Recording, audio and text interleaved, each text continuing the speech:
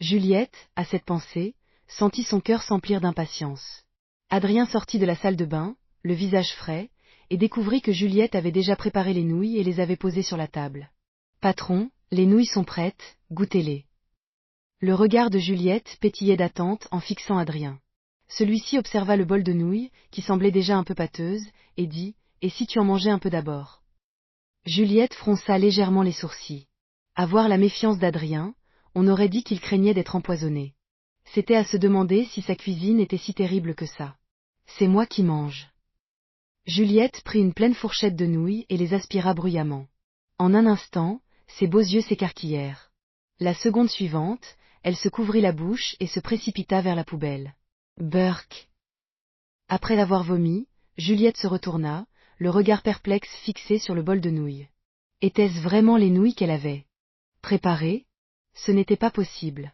Hier soir, c'était pourtant si délicieux. Comment, en une seule nuit, sa cuisine avait-elle pu devenir aussi infâme? Ses grands yeux ronds étaient emplis de doutes. Comment était-ce possible? Où était le problème? Juliette n'y comprenait rien. Adrien, qui se tenait à côté, réprimait difficilement un rire. Je ferais peut-être mieux d'aller manger dehors.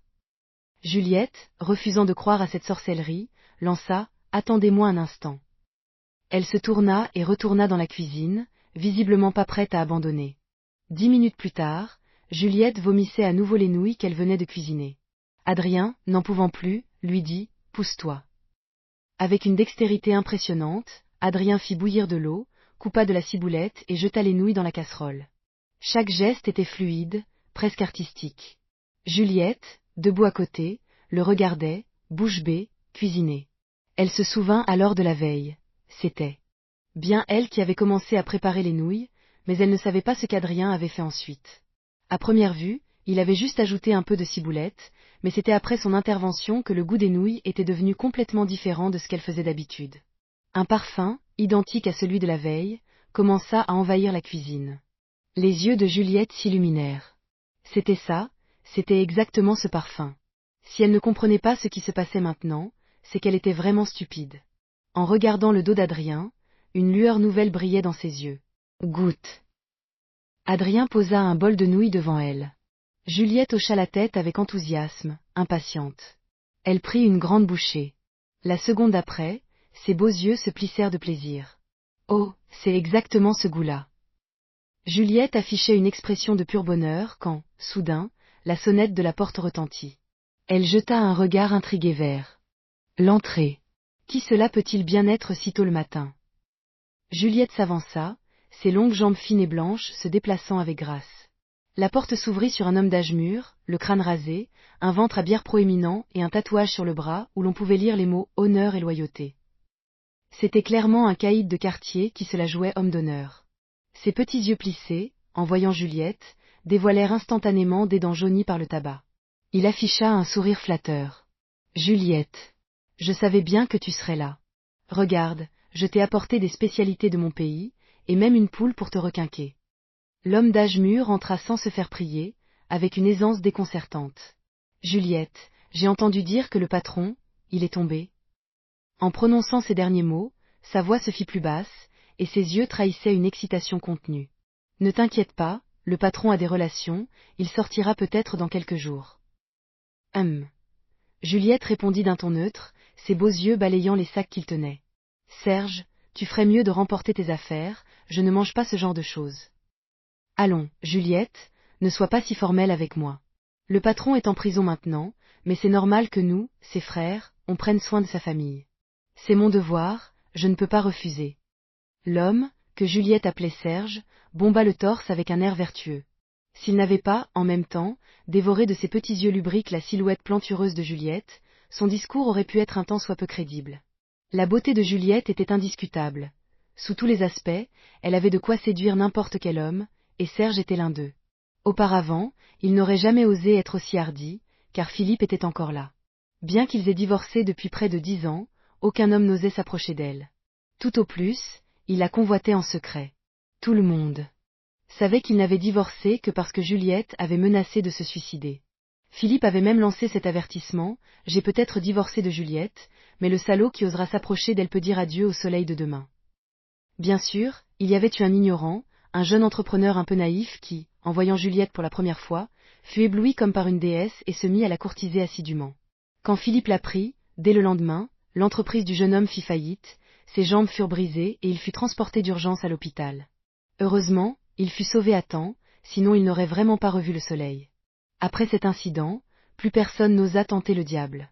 Juliette était donc restée seule pendant une dizaine d'années, s'habituant progressivement à la solitude, partageant ses journées entre soins du corps, voyages et shopping, menant une vie de riche héritière épanouie. Jusqu'à ce qu'il y a quelques jours, Hugo, leur fils, cause des ennuis, et que Philippe soit également entraîné dans l'enquête. Maintenant, le bruit courait dans le milieu que Philippe, cette fois, risquait de ne jamais ressortir. De nombreuses personnes qu'il avait autrefois lésées se sont précipitées pour témoigner contre lui. Sa condamnation à mort semblait inévitable. Parmi ceux qui apprirent la nouvelle, les plus ambitieux commencèrent à préparer sa succession. Quant à ceux qui, moins ambitieux mais plus libidineux, n'étaient-ils pas déjà en train de se présenter chez la veuve pour prendre la relève? Serge plissa les yeux, un sourire méprisable aux lèvres, en regardant Juliette. J'ai aussi entendu dire que ton grand garçon est tombé, lui aussi. Ne t'inquiète pas, j'ai quelques connaissances au centre de détention, je peux veiller à ce qu'on s'occupe bien de lui. Juliette fronça ses sourcils délicats et dit d'un ton calme, alors, je te remercie d'avance au nom d'Hugo.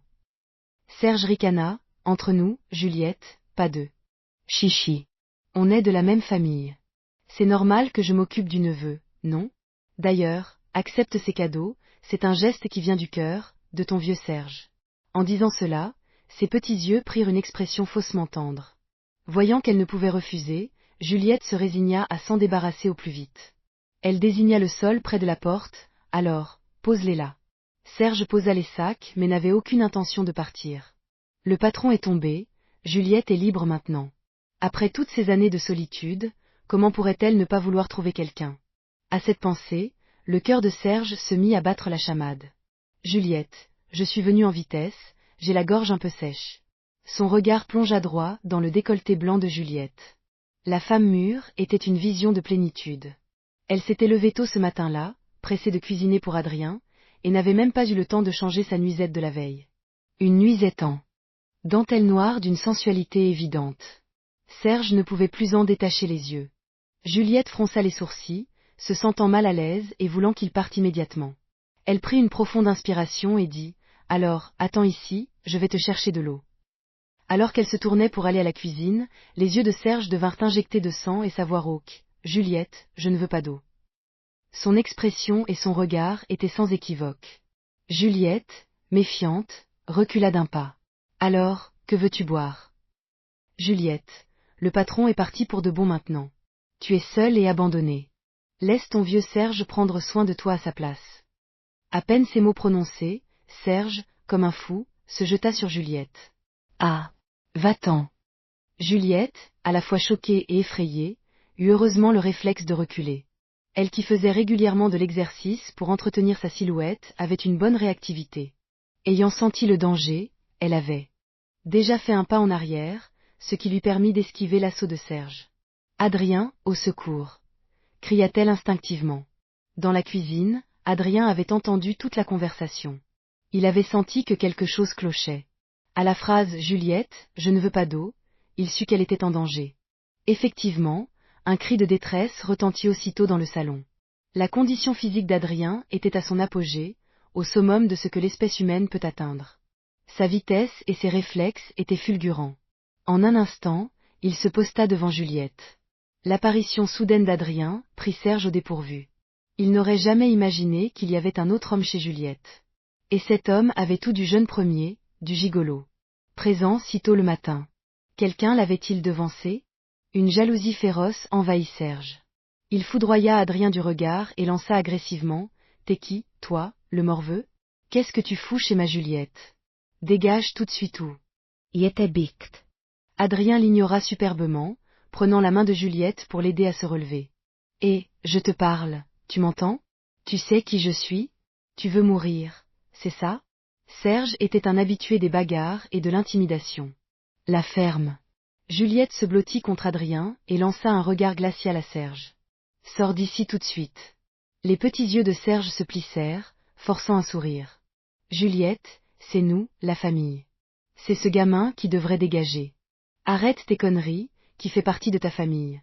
Répondit Juliette, dégoûtée. Tu sais qui il est? Tout en parlant, elle se rapprocha encore d'Adrien. La voix de Serge se fit grave. C'est qui? Juliette passa nonchalamment son bras sous celui d'Adrien et se blottit contre lui. D'une voix séductrice, elle déclara, c'est mon homme. Serge regarda Juliette, levée contre Adrien, et entendit ces mots, c'est mon homme. Ses petits yeux s'écarquillèrent, ses lèvres se mira. Tremblé, et il pointa un doigt tremblant vers Adrien. Lui, c'est, tu oses faire des cornes au patron? Tu t'es trouvé un mec? Serge était fou de rage, son doigt tremblait en désignant Adrien. La femme qu'il désirait depuis tant d'années, qu'il n'avait jamais osé toucher, il avait enfin attendu que le patron soit en prison pour avoir une chance de la conquérir, et voilà que quelqu'un d'autre lui avait coupé l'herbe sous le pied. Cette accusation de « s'être trouvé un mec » mit Juliette hors d'elle. Que je me trouve un homme, qu'est-ce que ça peut te faire? Et qu'est-ce que ça a à voir avec Philippe? Dégage, je te dis. Juliette se tourna, attrapa dans la cuisine le grand couteau avec lequel Adrien venait de couper la ciboulette, et le pointa d'un air menaçant vers Serge. Si tu continues à jacasser, je te tranche la gorge. À la vue du couteau, Serge prit peur. Il recula vers la porte tout en lançant des menaces. Le patron vient à peine de tomber et tu fais. Déjà ça. Je vais tout lui raconter, tu peux en être sûr. Et toi, le morveux, attends un peu. Lave-toi bien le cou, tu m'entends? Dégage. Hurla Juliette avant de claquer violemment la porte. L'image de Juliette, couteau à la main, était assez impressionnante. Adrien, voyant l'arme dans ses mains, recula instinctivement d'un pas. Ce petit mouvement le fit légèrement sursauter, mais elle reprit aussitôt un ton doux, je ne faisais que lui faire peur, à ce salaud de Serge. De quoi as-tu peur? Heureusement que tu es arrivé à temps, sinon ce fumier. En parlant, Juliette était partagée entre la colère et la rage. Adrien jeta un coup d'œil à sa tenue. Il fallait avouer qu'elle était plutôt incendiaire. Tout son corps exsudait les phéromones d'une femme mûre et désirable. Il était normal que ce Serge n'ait pas pu se contenir, d'autant qu'il convoitait Juliette depuis longtemps. Tu devrais aller prendre ton petit déjeuner. Je dois aller au magasin. Et ce Serge? Songea Adrien. Il pourrait revenir importuner Juliette. S'il ose revenir, je le découpe en morceaux, répondit froidement Juliette. Adrien, c'est plutôt toi qui devrais faire attention. Il va sûrement revenir avec des types pour te chercher des noises. Juliette fronça les sourcils, inquiète pour lui. Adrien, lui, resta impassible. Ne t'en fais pas. Ça ne me dérange pas d'envoyer un type de plus en prison. Ces mots laissèrent Juliette sans voix. C'était bien Adrien qui avait envoyé Hugo en prison. Cette remarque était un peu piquante. Adrien, après avoir dit cela, partit tranquillement. Juliette, regardant sa silhouette droite s'éloigner, ne put s'empêcher de se mordre la lèvre rouge. Elle se tourna et retourna dans la salle à manger.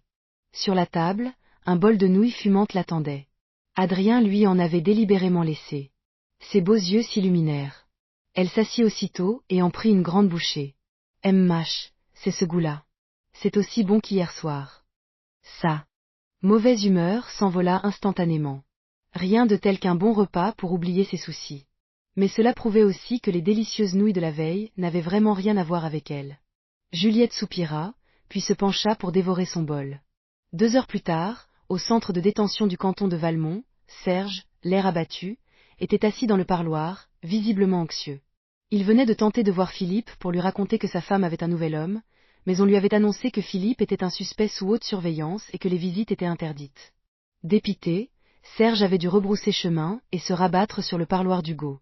Là, il avait des connaissances, et comme le délit d'Hugo n'était pas considéré comme grave, les visites étaient autorisées.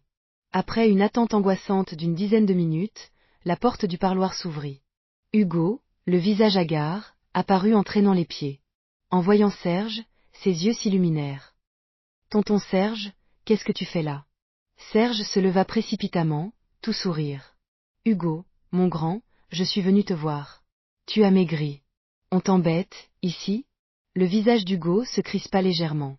Il hésita, puis secoua la tête. « Non, tonton, ça va. » Il releva la tête, les yeux pleins d'espoir. « Tonton Serge, est-ce que je vais bientôt sortir ?» Serge secoua doucement la tête. « Ne sois pas pressé pour ça. Ton tonton va trouver un moyen de te faire sortir au plus vite. » Le visage d'Hugo s'assombrit aussitôt, son regard perdant de son éclat. « Hugo, Si je suis venu aujourd'hui, c'est pour te parler de quelque chose d'important. Serge se pencha vers lui et chuchota. Hugo, sachant qu'il n'allait pas sortir, n'avait que peu d'intérêt pour ce que Serge pouvait bien lui dire. Il répondit mollement, de quoi? Serge fit mine d'hésiter. Hugo, c'est à propos de ta mère. En entendant qu'il s'agissait de sa mère, Hugo releva la tête. Ma mère? Qu'est-ce qu'elle a? Serge baissa la voix, attisant délibérément la curiosité d'Hugo. Ce qu'elle a fait, je ne sais même pas comment te le dire. En entendant Serge parler ainsi, Hugo s'impatienta. Mais dis-le, tonton. Qu'est-ce qu'elle a fait, ma mère? Le cœur rempli d'une indignation feinte, mêlée de colère et de jalousie, Serge lâcha, ta mère s'est trouvée un homme. Hugo resta figé, le regard rempli d'incrédulité. Qu'est-ce que tu dis? Ma mère.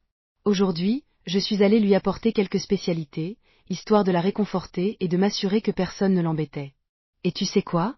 En arrivant, j'ai trouvé un homme dans sa salle à manger.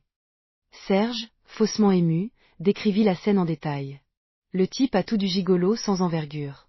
À mon avis, il en a après l'argent de ta mère. Et elle m'a engueulé pour ce gigolo. Elle m'a dit de me mêler de mes affaires, de dégager. Sitôt le matin, déjà chez elle. Ce salaud a dû déjà se la faire. En entendant les paroles de Serge, le visage d'Hugo devint livide. Ses yeux brûlaient de fureur. Il serra les dents. C'est qui, ce salaud? Tu le connais? Serge se gratta la tête, essayant de se souvenir. Il est grand, environ 1,80 m, sourcils bien dessinés, de grands yeux. Il est plutôt pas mal. Cette description semblait vaguement familière à Hugo. Il n'a pas d'autre signe distinctif. Serge fronça les sourcils, cherchant dans sa mémoire, puis secoua la tête. Non. Le regard d'Hugo se fit glacial. Tonton Serge, va enquêter sur ce type pour moi. Le mieux, c'est de me ramener une photo. Ne le touche pas pour l'instant. Attends que je sorte, je m'en occuperai moi-même. En entendant Hugo parler ainsi, Serge esquissa un sourire en coin. D'accord, Hugo. Ne t'inquiète pas, je vais enquêter sur ce gamin jusqu'à la 8e génération de ses ancêtres.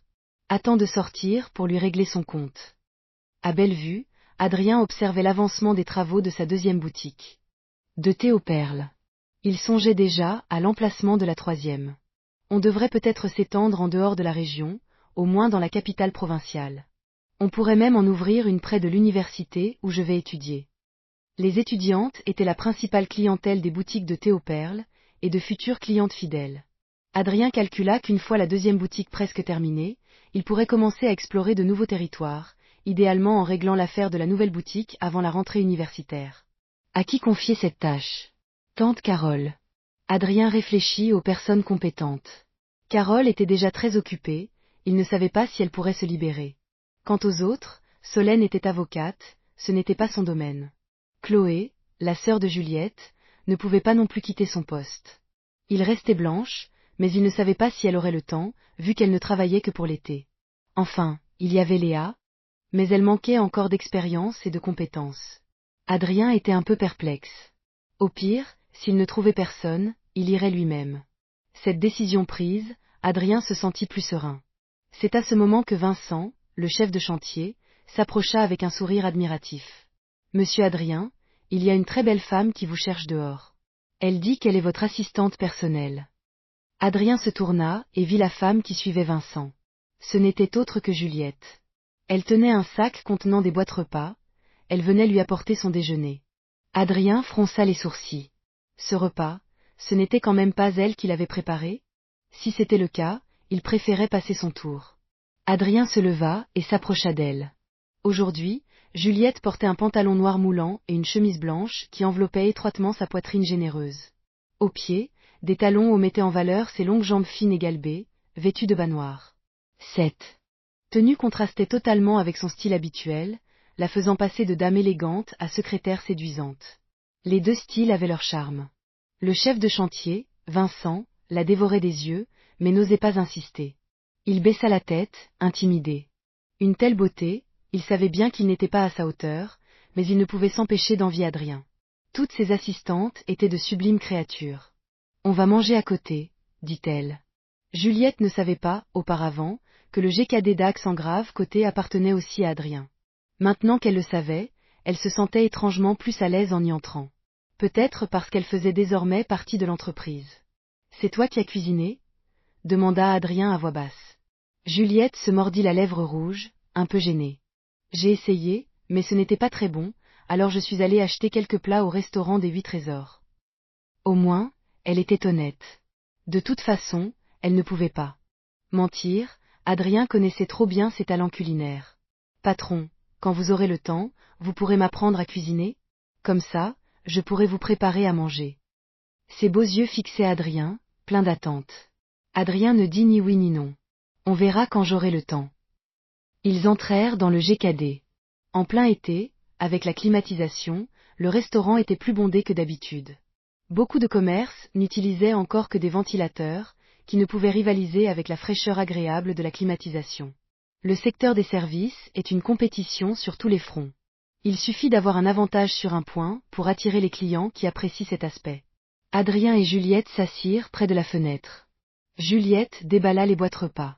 Voici du bœuf sauté à la citronnelle, des travers de porc, du poulet, du canard.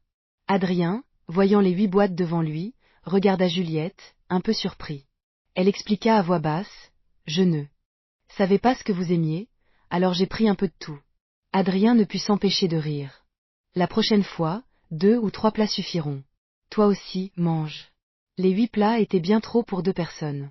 Juliette distribua les restes, à peine touchés, aux employés du GKD. Bien qu'il ne sache pas exactement qui était Juliette pour Adrien, le simple fait qu'elle puisse lui apporter son repas signifiait qu'elle était très proche de lui. Leur attitude envers elle devint donc très amicale. Après le repas, Juliette repartit la première. Adrien, lui, prit sa voiture pour se rendre à la 2e boutique GKD. La directrice de cette nouvelle boutique, Alice, qui venait du premier GKD de Valmont, lui avait dit qu'un patron d'une autre ville voulait ouvrir une franchise. Adrien avait toujours été un peu réticent à l'idée de franchiser, mais pour lever rapidement des fonds, accomplir sa mission de devenir millionnaire et l'homme le plus riche du canton, c'était une bonne option.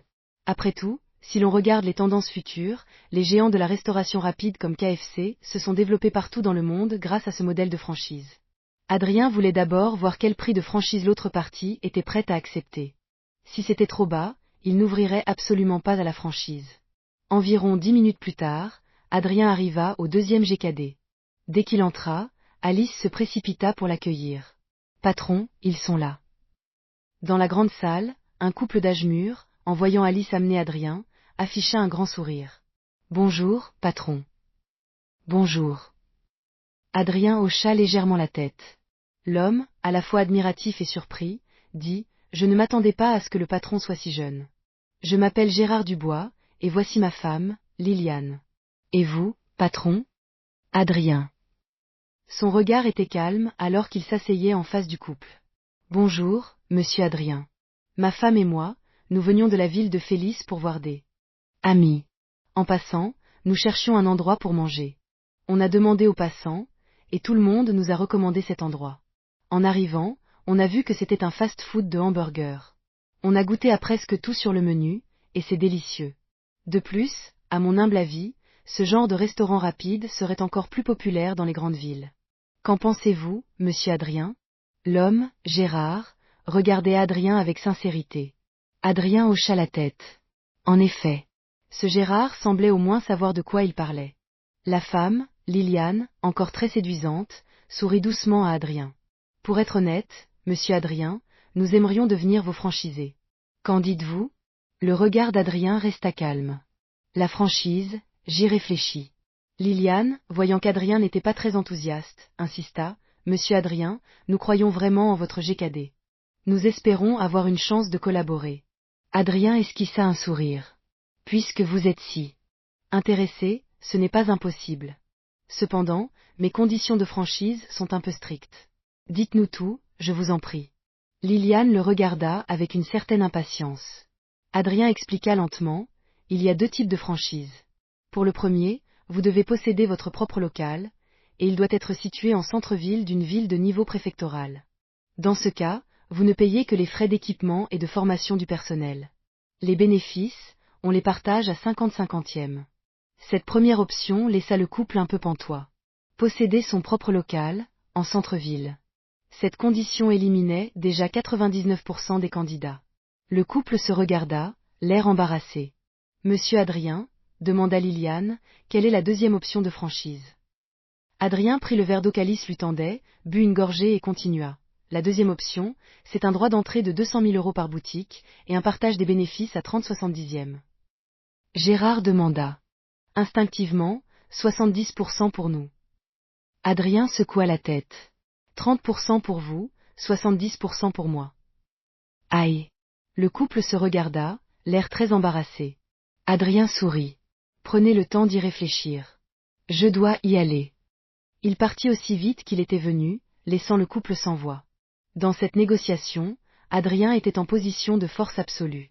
Le couple était passif, et l'assurance et l'autorité d'Adrien ne leur laissaient aucune marge de manœuvre. La nuit tombée, Adrien conduisait en direction de chez Juliette.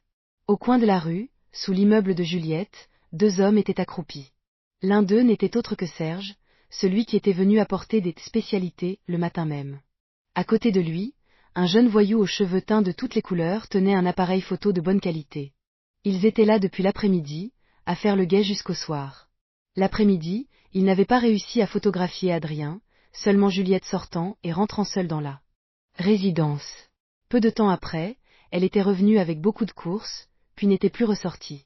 Où est passé ce gigolo? Il ne va quand même pas passer toute la journée avec elle. Ce salaud, ce cocu. Serge, à cette pensée, sentit la jalousie lui monter à la tête et laissa échapper un juron. Bien sûr, il était possible qu'il soit parti le matin, puisqu'il avait passé toute la matinée à Valmont. Il espérait que ce soit le cas. S'il avait passé toute la journée avec elle, il ne pourrait vraiment pas le supporter.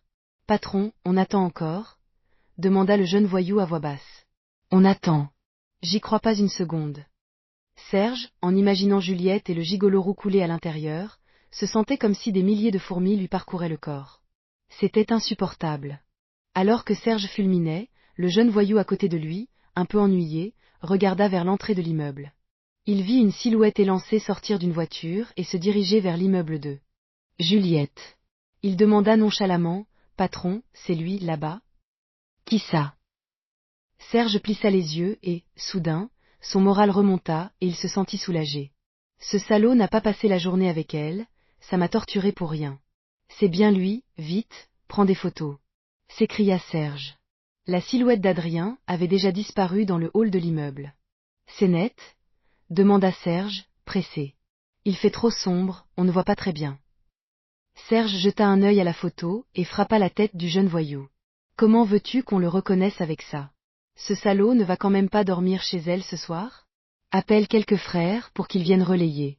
Il faut absolument qu'on ait une photo de son visage. Oui, patron. Au même moment, Adrien arriva devant la porte et sonna.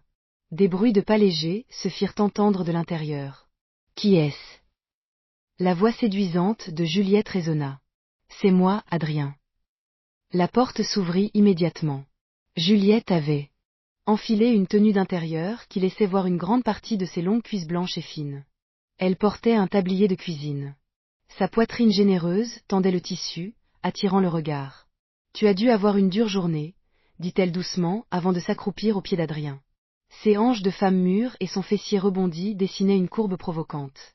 Elle sortit du placard une paire de chaussons qu'elle venait d'acheter pour lui et, avec des gestes tendres, les lui mit aux pieds. Elle murmura, c'est la bonne taille. Adrien bougea les pieds et hocha la tête.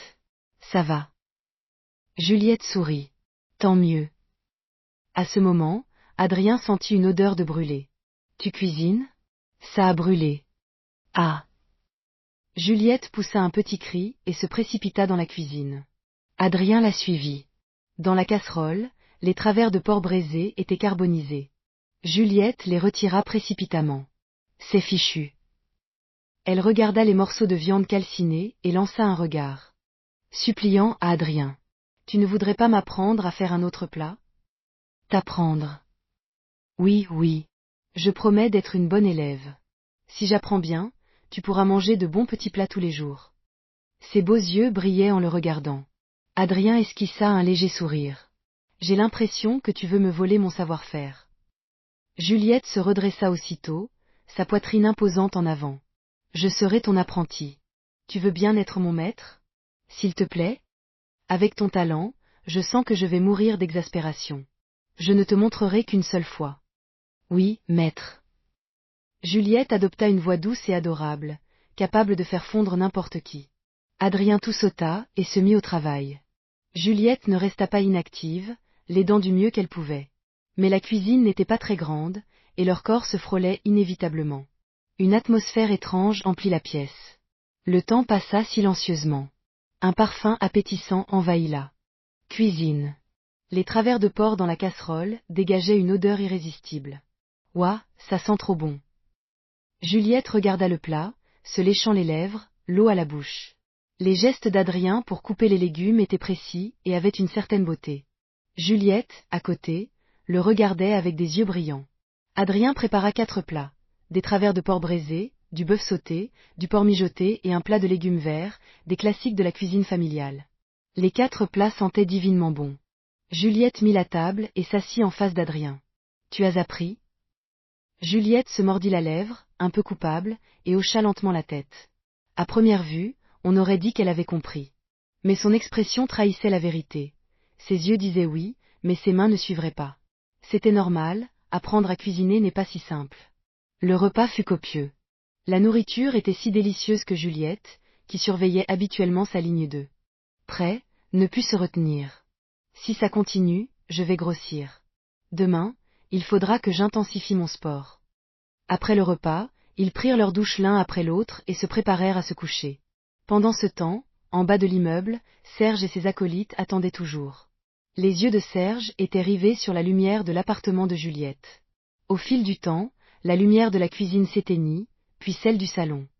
Seule la lumière de la chambre était encore allumée. Cela signifiait-il que Juliette et le gigolo dormaient ensemble dans la même chambre? Serge, pétrifié, fixait la chambre du 2e étage. Ses sentiments étaient un mélange complexe de tristesse et de rage. Il prit une bouteille d'alcool et but à grandes gorgées.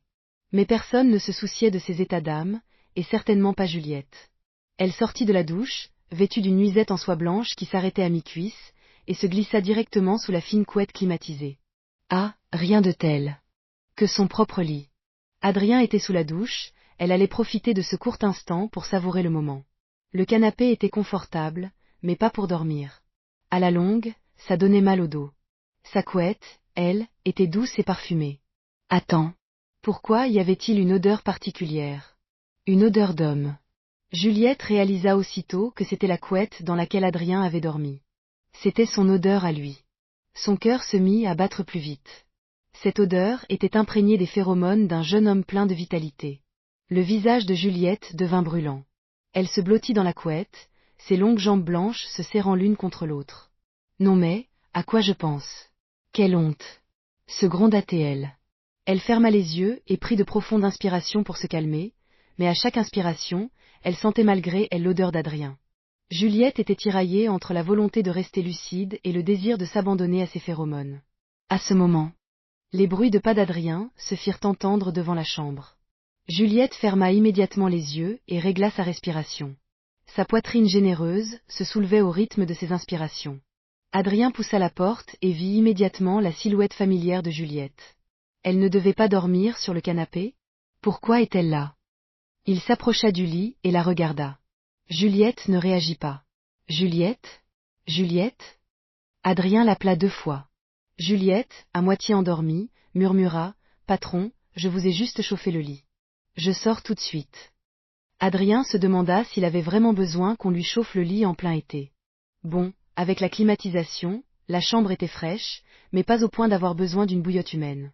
Il regarda sa silhouette voluptueuse, en particulier ses fesses rondes et joliment rebondies. Son regard s'attarda un instant. Il se glissa silencieusement à côté d'elle. La question était maintenant de savoir s'il devait souffrir en silence ou laisser Hugo continuer de souffrir au centre de détention. À côté de lui, la respiration de Juliette devint régulière. Elle s'était vraiment endormie. Adrien tira la couette de sur elle et s'encouvrit. Juliette, espèce d'homme sans cœur. Dans la nuit silencieuse, en bas de l'immeuble, quelques hommes faisaient toujours le guet. Serge, voyant la lumière de la chambre s'éteindre, sentit son cœur se briser. La lumière est éteinte. Qu'est-ce qu'ils font? Ils ne vont quand même pas faire de l'exercice ensemble? Le cœur rempli de jalousie, Serge donna un violent coup de pied dans un mur. Aïe! Il s'accroupit aussitôt en gémissant, se tenant le pied. Patron, ça va? La colère, c'est une chose, mais ne vous blessez pas. Serge avait les yeux rouges de douleur, au bord des larmes. Patron, rentrez vous reposer. On va surveiller ici. Vous vous relayez, et vous attendez que ce salaud sorte pour le prendre en photo. Oui, patron, ne vous inquiétez pas, on s'occupe de tout. Une fois Serge parti, les jeunes voyous se sentirent plus à l'aise. Les minutes et les heures passèrent. Une nuit s'écoula rapidement, mais pour les hommes de garde sous l'arbre, ce fut un enfer. Ils se firent dévorer par les moustiques toute la nuit. Au même moment, dans la chambre de Juliette, celle-ci ouvrit lentement les yeux. Un rayon de soleil illuminait le sol. La seconde suivante, elle sentit que quelque chose n'allait pas. Elle était dans les bras d'Adrien. Leur position était extrêmement intime, comme un couple marié. Le beau visage de Juliette devint écarlate. Elle se mordit la lèvre et tenta de se dégager doucement. Mais le bras d'Adrien était fermement enroulé autour de sa taille, impossible de bouger. Patron, appelait-elle à voix basse. Adrien ne réagit pas. La veille, c'était lui qui l'appelait. Ce matin, les rôles étaient inversés. Adrien, je veux aller préparer le petit déjeuner. Soudain, un doigt d'Adrien se posa sur ses lèvres. Rouge. Juliette se figea, son corps se tendant. Ils restèrent ainsi, silencieux, pendant un moment. Adrien ouvrit les yeux, la relâcha, se leva, enfila ses chaussons et quitta la chambre, la laissant, le cœur battant, fixer le plafond, abasourdi. Elle se calma et se leva aussitôt pour préparer le petit déjeuner. Aujourd'hui, elle allait lui faire un PH. Adrien sortit de la salle de bain et entra dans la cuisine juste au moment où Juliette finissait de préparer le plat. Elle le regarda et dit à voix basse, « Maître, quelle est la prochaine étape ?» Ce « maître ». Adrien dut s'avancer pour terminer le travail, de toute façon, il devait bien manger. Regarde bien et apprends. La prochaine fois, si tu ne sais toujours pas faire, attends-toi à une punition. Quelle punition? Demanda Juliette d'une voix séductrice. Adrien la regarda, son regard glissant involontairement sur la courbe provocante de ses hanches. Il lâcha 2 mots, la fessée. Juliette frissonna légèrement. Oui, pas besoin d'être plus explicite. Elle avait parfaitement compris l'allusion. Ce n'était pas la première fois qu'Adrien la punissait, mais le dire si ouvertement changeait complètement la donne. Mangeons. Ils s'assirent. L'odeur du PH leur mit l'eau à la bouche. Juliette, impatiente, prit une grande bouchée et ses yeux s'illuminèrent. Sans un mot, elle leva le pouce en direction d'Adrien. Aujourd'hui, Juliette était prête à suivre Adrien n'importe où. Peut-être avait-il d'abord conquis son estomac. Après le petit déjeuner, ils sortirent ensemble.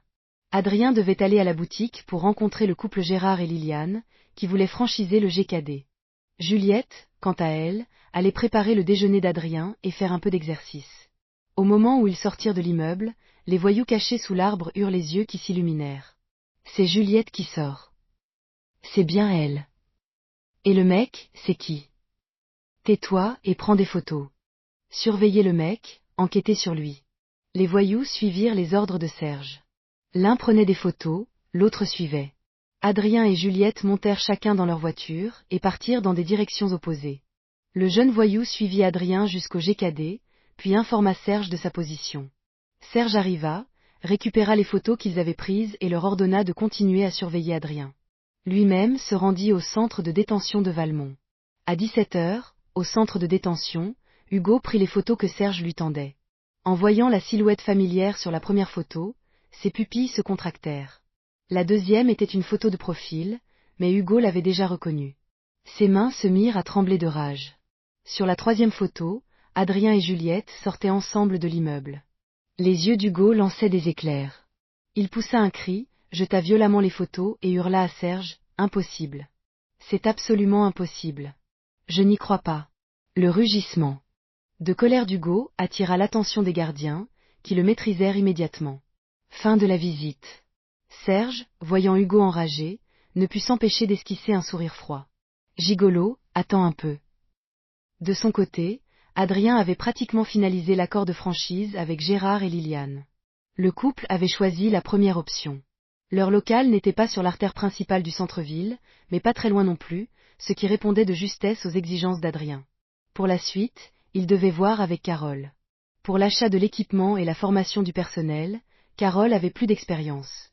Une fois l'accord conclu, le couple insista pour inviter Adrien à déjeuner. Au milieu du repas, il reçut un appel de Juliette. Elle avait préparé le déjeuner et s'apprêtait à le lui apporter. En apprenant qu'il était avec des clients, elle raccrocha, un peu déçue. Après le repas, Adrien conduisit le couple à Valmont. Il n'y était pas retourné depuis plusieurs jours et ressentait une pointe de nostalgie, surtout pour sa tante Carole. Carole, comme toujours, portait un tailleur-jupe impeccable. Sa silhouette de femme mûre, d'une beauté exquise, dégageait une élégance et une sensualité à chaque mouvement. Sa démarche gracieuse, ses longues jambes fines, tout en elle faisait battre les cœurs. Adrien aurait voulu la serrer dans ses bras, mais en plein jour, avec tout ce monde, il dut réprimer son impulsion.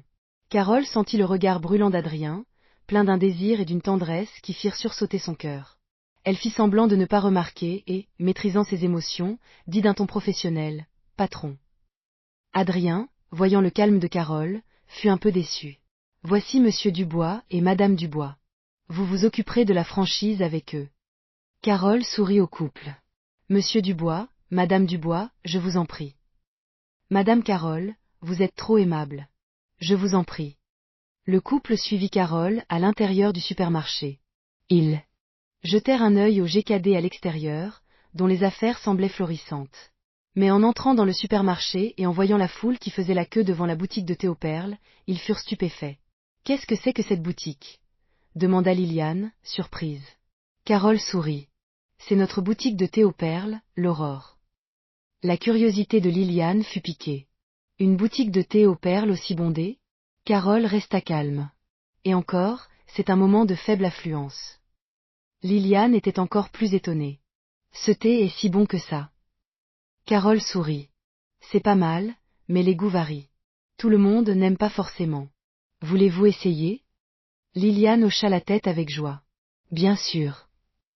Montons d'abord, je demanderai à quelqu'un de vous l'apporter. Liliane sourit et hocha la tête. Parfait. Visiblement, Liliane était très intéressée par la boutique de thé. Adrien constata qu'en son absence, les affaires tournaient à merveille. Et c'était grâce à sa secrétaire générale, Carole. Il les regarda monter, puis sortit du supermarché, prit un Coca-Cola au GKD et se promena nonchalamment. Le soleil était éblouissant, il plissa les yeux. Au coin de la rue, quelques voyous firent semblant d'être des passants et entrèrent dans une petite boutique. Adrien fronça les sourcils. Ces types le suivaient depuis le matin, et maintenant il avait même suivi jusqu'à Valmont. Ses seuls ennemis extérieurs étaient Hugo et ce Serge. Hugo et Philippe étaient en prison, il ne restait donc que Serge pour envoyer des gens le suivre. Adrien se dirigea droit vers l'un des voyous, celui aux cheveux teints. Le jeune homme fit semblant de ne pas le voir. Adrien se posta à côté de lui et dit calmement, « Dites à votre Serge que s'il veut me chercher des noises, qu'il vienne. Ah, et n'oubliez pas de lui dire que c'est moi qui ai envoyé Hugo en prison. » Après avoir dit cela, Adrien se retourna et partit. Le jeune voyou, entendant les pas d'Adrien s'éloigner, releva lentement la tête, le visage décomposé, et regarda sa silhouette disparaître. Maintenant, tout le monde savait que c'était le patron du supermarché de la vieille rue qui avait envoyé Hugo en prison. Les fauteurs de troubles n'osaient plus s'approcher. Ils pensaient suivre un simple gigolo sans importance, mais c'est en le suivant jusqu'au supermarché qu'ils avaient compris que quelque chose clochait. Ils n'auraient jamais imaginé que ce gigolo était le patron du supermarché. Attends. Le jeune voyou réalisa une chose terrifiante. Ce gigolo était celui qui avait envoyé Hugo en prison. Alors pourquoi Juliette voulait-elle être avec lui? Le visage du jeune voyou se décomposa. N'était-ce pas Juliette qui avait délibérément fait en sorte qu'Hugo soit emprisonné? À cette pensée, un frisson lui parcourut l'échine. Il appela immédiatement les autres pour aller voir Serge. Quand Adrien revint, il reçut un appel de Carole. L'affaire de la franchise GKD était presque conclue, mais maintenant, il voulait aussi franchiser l'Aurore. Pour l'Aurore, on accepte que la deuxième option de franchise pour l'instant. Adrien voulait garder un contrôle strict sur la franchise. D'une certaine manière, il voulait dicter toutes les règles pour faciliter la gestion de la marque. En cas de sabotage, l'importance de ces règles se révélerait. Adrien monta directement au bureau de Carole. Le couple Gérard et Liliane avait déjà décidé de franchiser. Il fallait admettre qu'ils étaient très décisifs pour accepter de telles conditions. Solène, à côté, leur tendit les contrats de franchise et les procurations déjà préparées pour qu'ils les signent. Les frais de franchise pour le thé aux perles, nous allons les virer à la banque immédiatement. Je vous accompagne, dirent Solène et Carole, emmenant le couple pour finaliser les démarches. C'était la première franchise, Carole était extrêmement enthousiaste et travailla jusqu'à tard dans la nuit. Après avoir accompagné le couple à l'hôtel, Carole et Solène eurent enfin terminé. Ensuite, il faudrait guider les franchisés pour la décoration, la formation du personnel et l'achat de l'équipement. Le travail de Carole s'accumulait. Elle entra dans le bureau d'Adrien, ses longues jambes fines et toniques se déplaçant avec grâce, et frappa doucement. Entrez. À peine Adrien avait-il parlé que Carole poussa la porte. Elle affichait un sourire radieux. C'est fait. Adrien haussa un sourcil. Tante Carole, qu'est-ce qui vous rend si heureuse? Carole releva légèrement son visage ovale et délicat, l'air rêveur. Bien sûr que je suis heureuse, Adrien. Les frais de franchise pour la boutique de thé aux perles, c'est 100 000 euros. L'argent rentre vite, et en plus, on prend 70% des bénéfices. 100 000 euros, à cette époque, c'était une somme énorme. Adrien, le visage calme, dit « Attends quelques années, et même pour 100 000 euros, tu ne pourras plus franchiser. » Carole ne put s'empêcher d'admirer le calme olympien d'Adrien. Son assurance imperturbable la calma aussi. « Tu n'es plus la même qu'avant, » dit Adrien en se levant et en la regardant. « C'est la fin de la journée de travail maintenant. » Carole fut un peu surprise. « Oui, et alors ?» Adrien s'approcha en trois enjambées et la serra directement contre lui, son corps de femme mûre et voluptueux. « Tante Carole. » Le corps de Carole frissonna légèrement, puis ses bras entourèrent doucement Adrien. Elle laissa échapper un petit tendre. Adrien lui murmura à l'oreille, « Tu m'as manqué. » Le beau visage de Carole devint brûlant. Elle releva légèrement la tête et ses lèvres rouges effleurèrent les siennes. Sa voix tremblait un peu. « Toi aussi. » Adrien et Carole, le visage rouge, le souffle court, se regardèrent, puis éclatèrent de rire en même temps. « Je t'avais dit de ne pas m'embêter au bureau, » dit Carole en rajustant le col de la chemise d'Adrien. « J'ai été un peu brutale, on dirait. » Adrien sourit, appréciant que Carole, telle une épouse attentionnée, arrange ses vêtements. Il lui remit en place une mèche de cheveux qui tombait sur sa taille, et regardant ses lèvres rougies, dit d'un air interrogateur, « Dis-moi, pourquoi tes lèvres sont-elles si rouges? Tu as mis du rouge à lèvres ?» Carole se figea un instant, puis comprit qu'Adrien se moquait d'elle, de son empressement. « Profiteur, va. J'y vais. » Carole, ses longs cheveux flottants, se tourna et quitta le bureau. Adrien sourit et la suivit immédiatement. « Je passe ce soir, d'accord. » « Qu'est-ce que tu veux dire ?» Les yeux de Carole se plissèrent en le regardant. Adrien tout sauta. « Tu ne comprends pas ce que je veux dire. » Carole secoua la tête. « Non. » Adrien soupira. Impossible de réveiller quelqu'un qui fait semblant de dormir. En voyant son air déçu, Carole ne put s'empêcher de rire. Qui fait semblant de dormir? Adrien fit mine de bouder. Je ne sais pas. Carole cessa de sourire. S'approcha de lui et lui murmura, « Clara pourrait nous sentir. Elle est à la maison ces jours-ci, elle attend que je rentre. » Adrien. Cette Clara était vraiment sa mauvaise étoile. Qu'elle ne l'aime pas, passe encore, mais maintenant elle jouait les trouble-fêtes. Carole devait tenir compte de ses sentiments et ne pouvait pas être ouvertement avec Adrien. Il pouvait comprendre. Carole, voyant l'air un peu déçu d'Adrien, se mordit la lèvre et lui chuchota quelques mots à l'oreille. Les yeux d'Adrien s'illuminèrent progressivement. Vraiment? Si tu ne me crois pas, tant pis. Carole le gronda gentiment, puis s'enfuit presque en descendant les escaliers. Le sourire d'Adrien s'élargit. Il suivit Carole, qui tentait de s'échapper à vélo. Elle se retourna, le vit la poursuivre, mais ne pédala pas plus vite. Au contraire, sa vitesse était plus lente que d'habitude. Adrien comprit qu'elle lui laissait une chance. Il accéléra, la rattrapa et sauta sur le porte-bagages de son vélo. Le vélo vacilla. Carole se retourna et le gronda gentiment, « Qu'est-ce que tu fais là ?» Adrien sourit. « Je raccompagne ma petite amie. » Cette appellation de « petite amie » fit rougir instantanément le visage de Carole. Elle murmura, « Qui est ta petite amie ?»« Ta tante, oui. »« Qui ?» La voix d'Adrien monta d'un ton. Carole freina brusquement, le visage rouge de honte, et le foudroya du regard. « Si tu continues, je vais. »« Tu vas quoi ?» Adrien sourit et approcha son visage du sien. « Me frapper ?» Carole se mordit la lèvre, puis se jeta sur lui. Le contact fut bref. Les yeux de Carole brillaient d'une douceur timide, son cœur battait la chamade. Elle se gronda intérieurement tout en disant à Adrien de bien se tenir. Adrien, revenu à lui, sentait encore le léger parfum qu'elle avait laissé.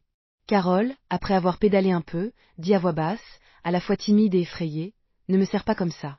Si tu ne me tiens pas, j'ai peur de tomber. » Adrien serra sa taille fine, réprimant un rire. « Alors ne te colle pas autant à moi. Si je ne me colle pas, j'ai peur de tomber. » Carole avait le visage en feu. « Tiens-toi tranquille. » Jamais le chemin du retour ne lui avait paru aussi long. Elle accéléra, et bientôt, elle aperçut son immeuble. Enfin.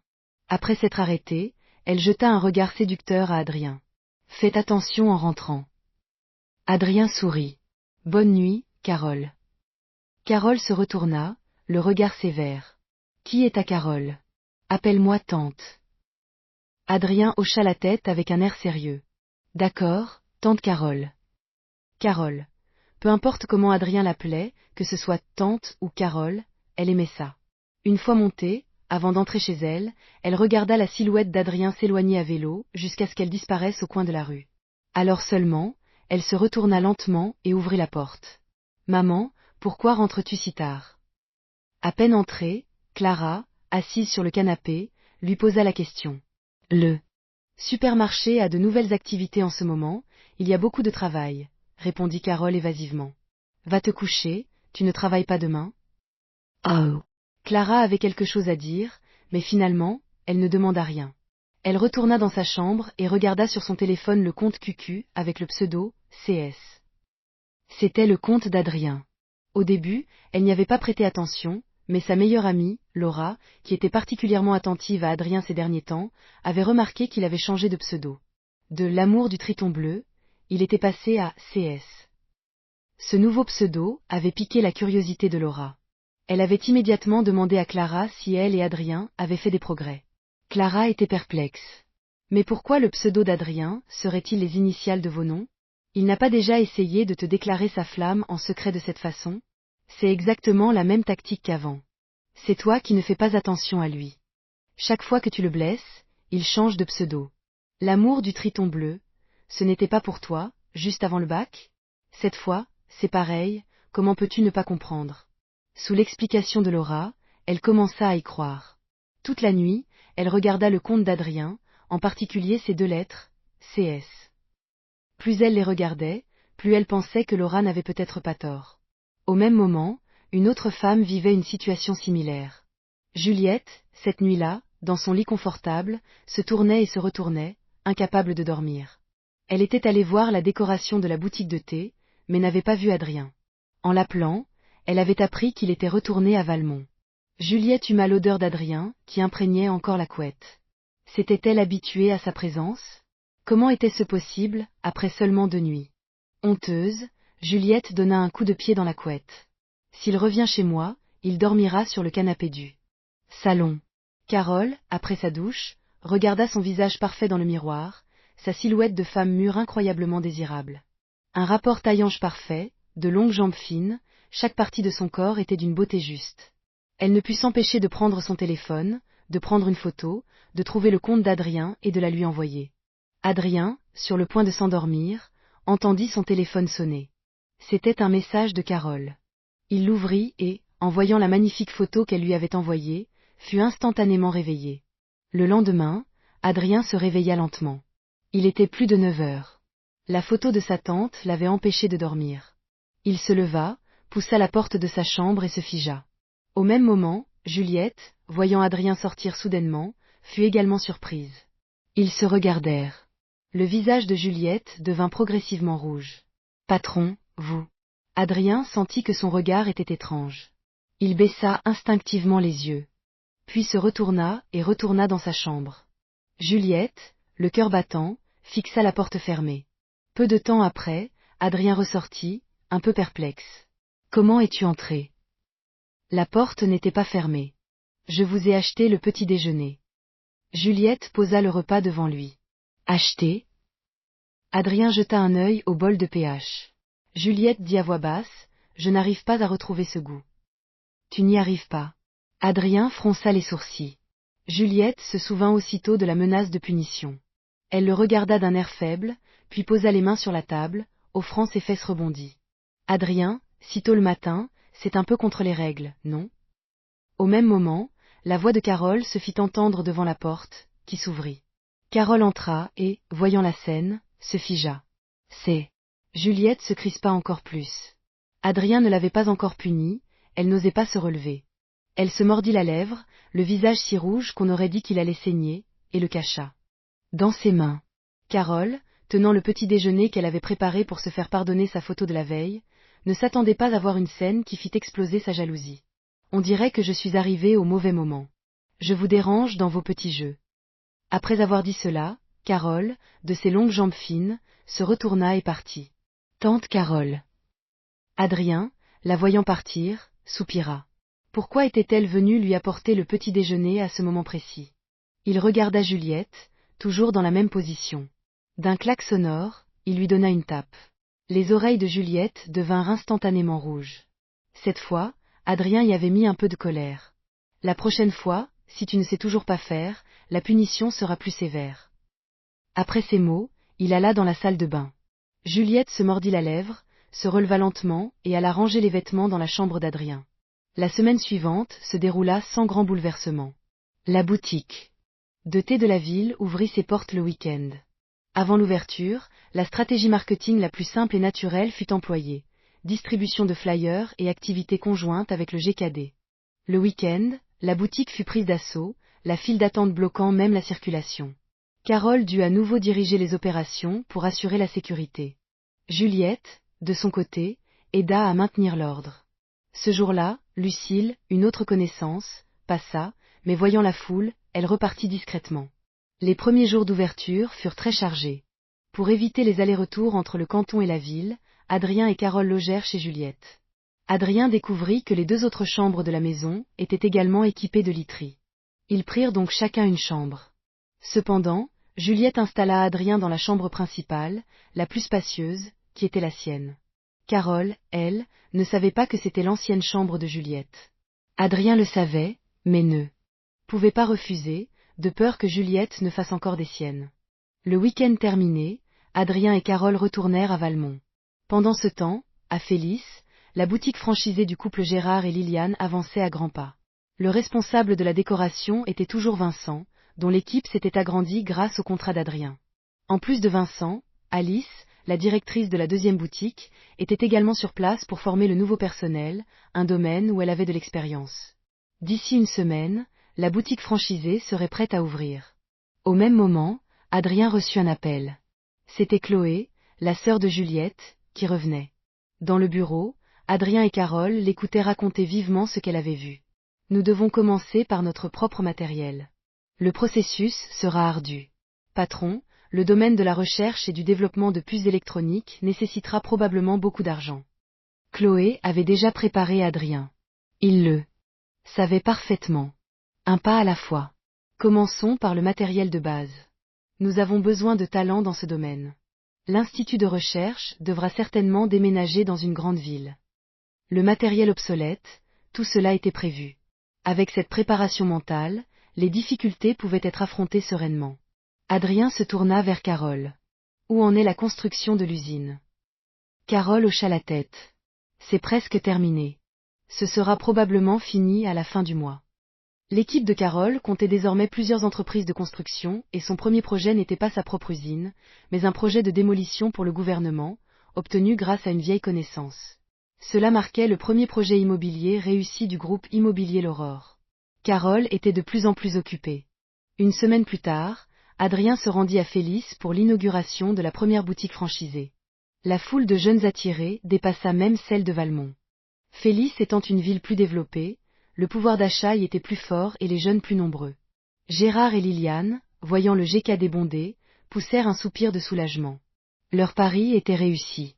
Gérard s'occupait des opérations, tandis que Liliane, souriante et amicale, s'adressait à Adrien. « Monsieur Adrien, vous avez dû faire beaucoup d'efforts aujourd'hui. » Adrien sourit. « Ça va, c'est vous qui avez travaillé le plus dur. » Liliane, enthousiaste, lui ouvrit la portière de sa voiture. « J'ai déjà réservé l'hôtel, je vous y conduis. » Adrien fut un peu surpris.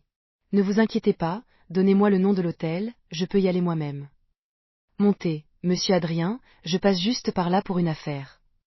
Adrien, entendant cela, ne refusa plus et monta. Pendant le trajet, Liliane lui parla des préparatifs de l'ouverture, de l'excitation et de l'anxiété. On craignait que le GKD ne plaise pas ici. On s'est inquiété pour rien. Vous avez beaucoup investi, il est normal de s'inquiéter. Liliane sourit doucement, puis se tourna vers Adrien, l'air sincère. Monsieur Adrien, vous aurez un avenir extraordinaire. Adrien sourit. Je prends vos vœux. Arrivée à l'hôtel, Liliane l'accompagna jusqu'à l'ascenseur. Elle savait qu'Adrien ne s'intéressait probablement pas à elle.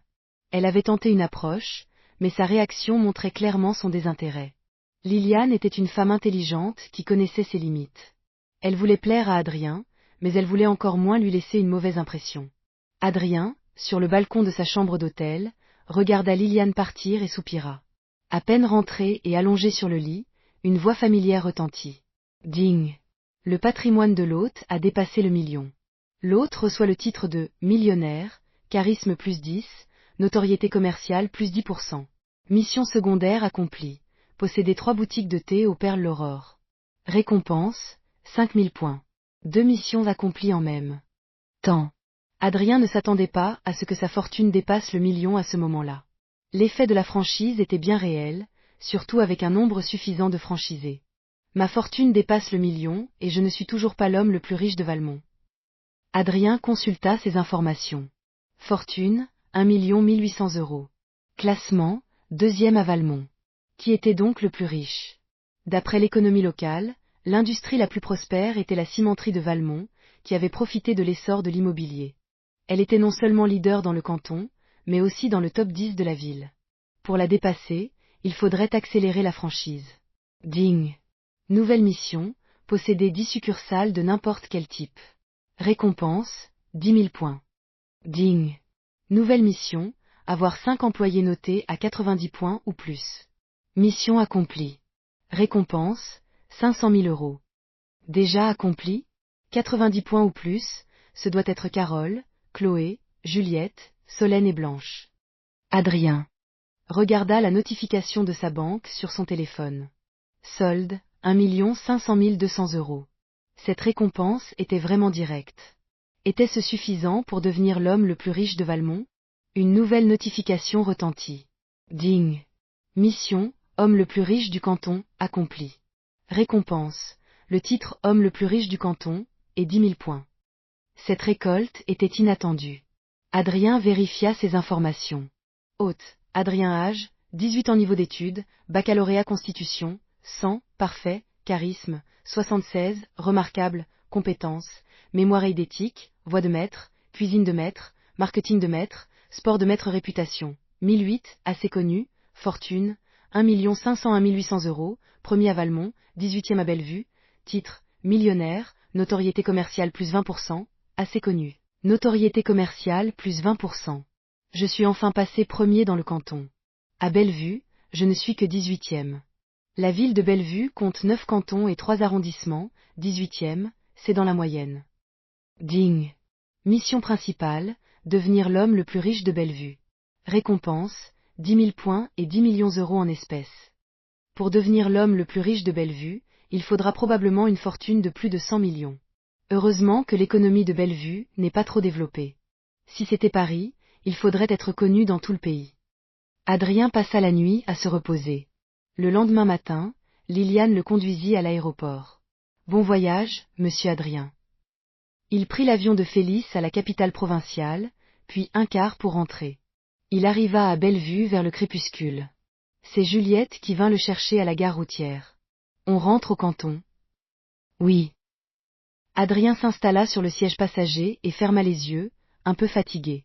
Au même moment, devant le supermarché de la vieille rue, se tenait une femme avec des lunettes de soleil, un chapeau et une valise. C'était Sylvie, la mère d'Adrien. Elle regarda, perplexe, le supermarché familial et retira ses lunettes, se frottant les yeux. C'est notre supermarché? Je me suis trompée d'endroit? C'est quoi ce GKD? Et les 2e et 3e étages ont été transformés. Le supermarché avait complètement changé. Elle n'en croyait pas ses yeux. Était-ce l'œuvre de son fils? Patronne. Madame Sylvie. Une ancienne employée, la mère de Léa, l'a reconnue. Ah, Françoise, c'est bien moi. Madame Sylvie, vous ne reconnaissez plus votre supermarché, n'est-ce pas? Demanda Françoise en riant. En effet. Sylvie regardait, pleine de doutes. Vous ne savez pas à quel point votre fils, notre patron, a été incroyable pendant votre absence, la complimenta Françoise. Sylvie sourit discrètement, heureuse d'entendre des louanges sur son fils. Ce GKD, c'est lui qui l'a ouvert, et la boutique de thé à l'intérieur aussi. Regardez tout ce monde. Et l'escalator, Madame Sylvie, regardez. Françoise se pavanait comme si c'était son œuvre. Sylvie fut encore plus impressionnée en entrant. Ce n'était plus le vieux supermarché délabré. Tout avait changé. Vous ne savez pas combien l'ancien directeur vous a volé. Mais secrétaire Carole et maître Solène ont tout récupéré. Secrétaire Carole, maître Solène. Sylvie était de plus en plus perdue. Ah, secrétaire Léa, vous voilà. Françoise vit Léa descendre de l'escalator. Au supermarché, elle devait appeler sa propre fille par son titre. Depuis que Léa était devenue la secrétaire d'Adrien, gérant toutes les affaires du rez-de-chaussée, Françoise n'osait plus lui parler fort à la maison. L'argent change le statut, où que l'on soit. Léa, voyant Sylvie, eut un sursaut. Madame Sylvie. C'est Léa. Sylvie sourit. Léa venait souvent apporter le déjeuner à sa mère, elle se connaissait bien. Sylvie avait même pensé à les mettre ensemble, Adrien et elle. Léa était jolie, bien bâtie, gentille et semblait pouvoir avoir beaucoup d'enfants. Madame, pourquoi n'avez-vous pas prévenu le patron d'eux? Votre retour? Demanda Léa en prenant gentiment sa valise. Ce n'est rien, je ne suis personne d'important. Et Adrien? Il est à Félix pour l'inauguration d'une franchise. À 7 heures, il devrait être sur le point de rentrer. Montons d'abord au bureau. En montant, Sylvie vit la foule devant la boutique de thé. C'est quoi, cette boutique? C'est une boutique de boissons, madame. Arrivée au 2e étage, c'est une salle de jeu? Oui. Léa aperçut Blanche et l'appela. Blanche, viens ici. Qu'y a-t-il? Voici madame Sylvie, la mère de notre patron. Blanche, surprise, écarquilla les yeux et sourit gentiment. Bonjour, madame. Je suis Blanche. Bonjour. À ce moment, Carole, qui descendait du 3e étage, vit la scène. Elle reconnut la mère d'Adrien. Son cœur s'emballa, un mélange d'anxiété et de trac, comme avant une présentation aux beaux-parents. Elle retourna instinctivement à son bureau, se recoiffa, et afficha un sourire doué. Accessible. La mère d'Adrien est une personne très gentille, se rassura-t-elle. Sylvie, avec Léa et Blanche, monta. Carole prit une profonde inspiration et fixa son écran d'ordinateur.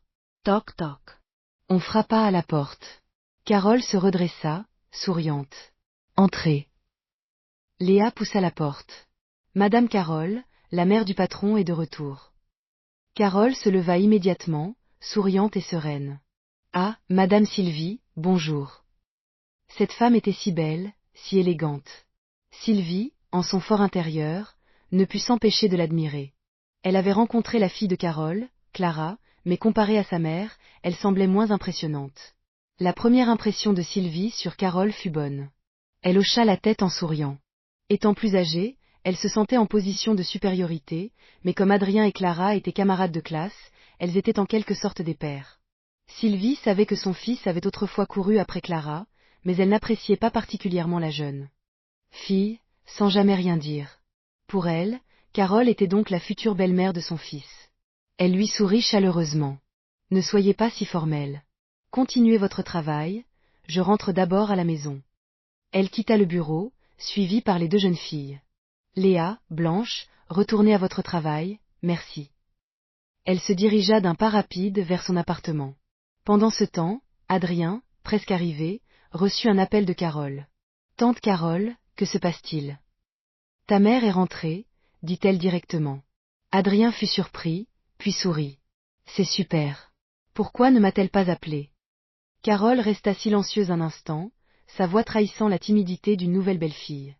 Je viens de la rencontrer. Adrien réprima un rire. Vous vous êtes rencontrés? La rencontre entre la belle-mère et la belle-fille s'est bien passée, j'espère? Ça va. Non mais, quelle belle-mère, quelle belle-fille. Carole, réalisant ses paroles, termina sa phrase avec agacement. Pendant qu'il parlait, Juliette, au volant, écoutait attentivement, au point de dévier sur la voie opposée. Adrien, d'un geste rapide, redressa le volant. Attention, on va avoir un accident. Juliette le regarda d'un air contrit. Désolée. À l'autre bout du fil, Carole, entendant l'inquiétude dans la voix d'Adrien, demanda que se passe-t-il? Vous avez eu un accident? Tu vas bien? Non, non, tout va bien. J'arrive bientôt. Adrien regarda Juliette avec un air meurtrier. Elle se mordit la lèvre, l'air pitoyable. Vous me punirez plus tard. Cette femme avait décidément un petit côté masochiste. La voiture entra dans la vieille rue et se gara à côté de la Mercedes d'Adrien. Ils descendirent et entrèrent dans le supermarché. Léa les accueillit avec un grand sourire. Patron, Madame Sylvie est rentrée. Je sais. Adrien se dirigea rapidement vers l'ascenseur, Juliette sur ses talons. Ce n'est qu'à ce moment qu'elle réalisa, la mère d'Adrien était rentrée. Adrien monta au 3e étage et se dirigea vers le bureau de Carole. De la porte, il entendait déjà des rires joyeux. Carole, Solène et sa mère. La conversation semblait animée. Il sourit et poussa la porte. Maman. Sylvie, souriante, n'eut pas le temps de se lever qu'Adrien la serra dans ses bras. Oh là là, ta tante Carole et maître Solène nous regardent. Adrien la relâcha en riant. Maman, tu es enfin rentrée. Si tu n'étais pas revenue, je n'aurais même pas osé entrer, avec tous ces changements. Sylvie, fière, regarda son fils. Si j'avais su que tu avais un tel talent, je t'aurais confié le supermarché bien plus tôt. C'est grâce à toi, maman. Sans les fondations solides que tu as bâties, je n'aurais jamais pu réussir si facilement. Arrête de me flatter. Sylvie lui donna une petite tape sur l'épaule. Bon, allez travailler, je ne vous dérange plus. Maman, je reste avec toi. Adrien la suivit. C'est alors que Sylvie remarqua Juliette, qui était restée derrière Adrien. Encore une belle femme. Elle constata que tous les employés de son fils étaient magnifiques. La gentille Léa qu'elle avait autrefois envisagée pour lui semblait bien pâle face à Carole, Solène, Blanche et cette nouvelle venue. Juliette, voyant le regard de Sylvie sur elle, sourit intelligemment. Bonjour, madame. Je suis l'assistante personnelle de monsieur Adrien. Je m'appelle Juliette. Assistante personnelle. Sylvie, surprise, se tourna vers Adrien. Qu'avait-il bien pu faire pendant son absence? Dans la cuisine, Sylvie observait Juliette s'affairer et ne put s'empêcher de venir l'aider.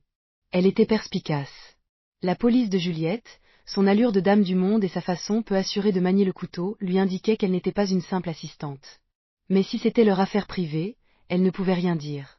Juliette insistait pour que Sylvie se repose, mais celle-ci, peu rassurée, restait à côté pour observer. Adrien, souriant, discutait avec sa mère de la situation récente. En apprenant que l'ancien directeur avait ouvert un supermarché en face, elle demanda « Et ses affaires marchent ?» D'après ce qu'on m'a dit, pas très bien. Il y a quelques jours, il a même lancé une guerre des prix contre nous. Sylvie sourit. Et comment avons-nous réagi? Je n'ai pas baissé les prix, mais j'ai lancé une loterie avec des points de fidélité. Apparemment, il n'y a plus personne qui va chez lui. Sylvie, regardant son fils avec admiration, songea, vous les jeunes, vous avez l'esprit vif. Moi, la vieille, je suis dépassée. Maman, tu es encore jeune. Juliette, à côté, écoutait leur conversation avec une pointe d'envie. Leur relation était si chaleureuse.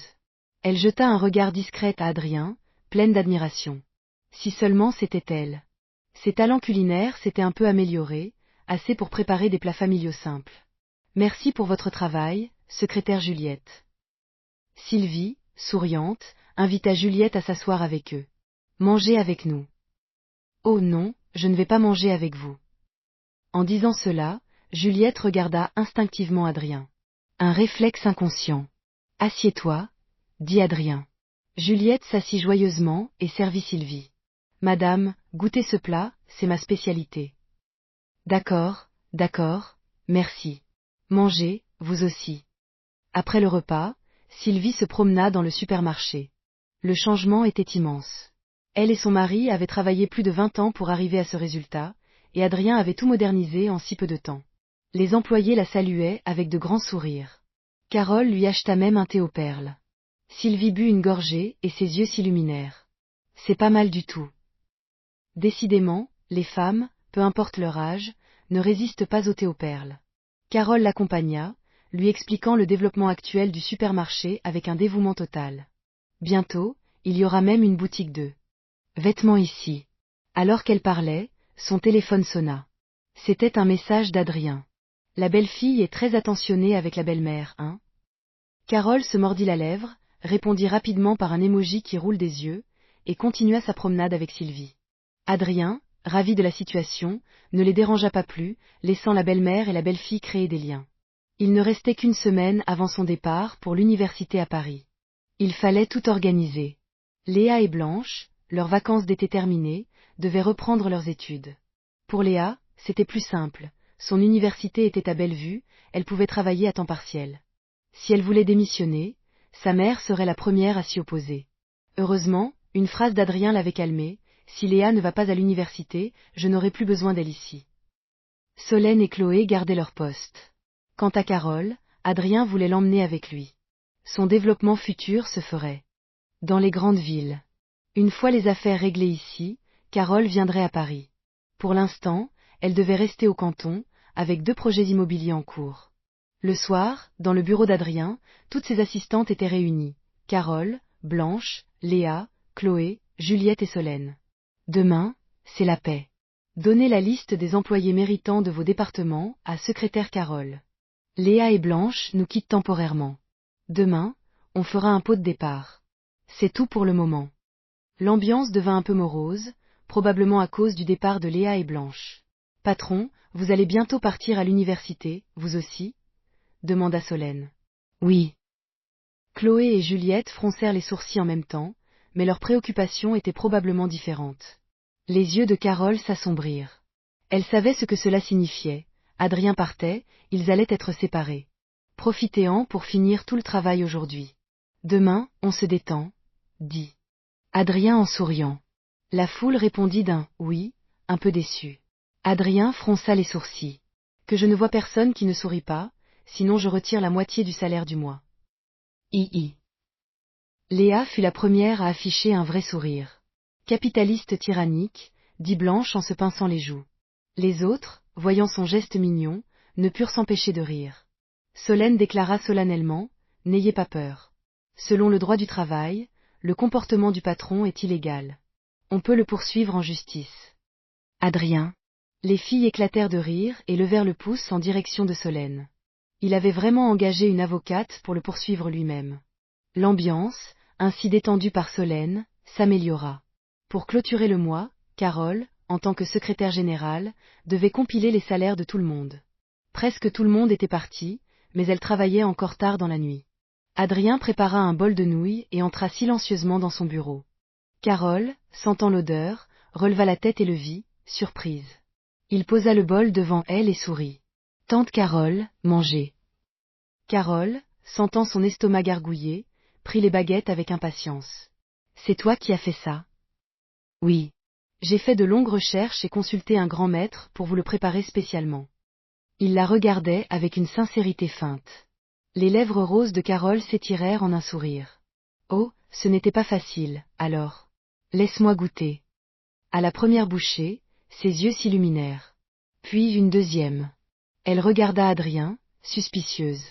C'est vraiment toi qui as fait ça? Pas Madame Sylvie?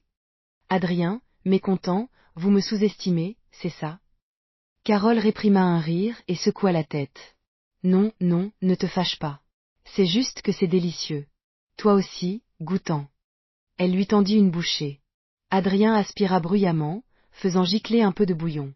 Carole, amusée, prit une serviette pour l'essuyer. Doucement, ce n'est pas comme si je ne te laissais pas manger. Ce que vous dites sans intention, l'autre l'entend avec. Adrien regarda Carole d'un air profond.